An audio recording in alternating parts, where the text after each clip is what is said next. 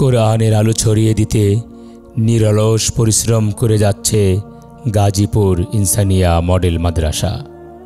50% জমির উপর গড়ে ওঠা এই মাদ্রাসায় 200 জন ছাত্রছাত্রী নিয়মিত কোরআন হাদিসের জ্ঞান অর্জন করছে। রয়েছে একটি মক্তব ও একটি হেফজখানা। এতগুলো ছাত্রছাত্রীর জন্য নেই কোনো মসজিদ, নেই ভালো টয়লেট ও অজুখানা। আসসালামু আলাইকুম, আমি সোহেল রানা।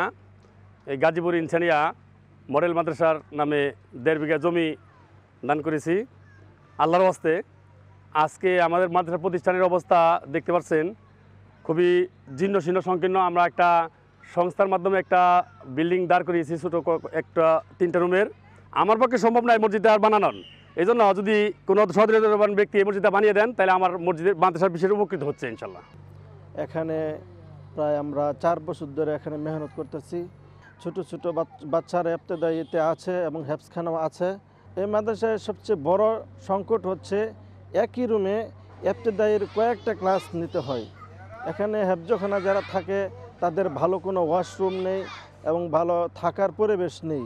কেউ যদি এখানে একটা মসজিদ নির্মাণ করে দেয়, এলাকার মুসল্লিরা এখানে এসে নামাজ পড়বে এবং এখান থেকে ধর্মীয় শিক্ষার একটা চূড়ান্ত পর্যায়ের শিক্ষা এখান থেকে ছাত্ররা বের হতে পারবে। মাদ্রাসার অবকাঠামোর উন্নয়নের পাশাপাশি একটি মসজিদ নির্মাণ খুবই জরুরি, কিন্তু অর্থনৈতিক সামর্থ্য না থাকায় মসজিদের জমিটি আজও ফাঁকা পড়ে আছে।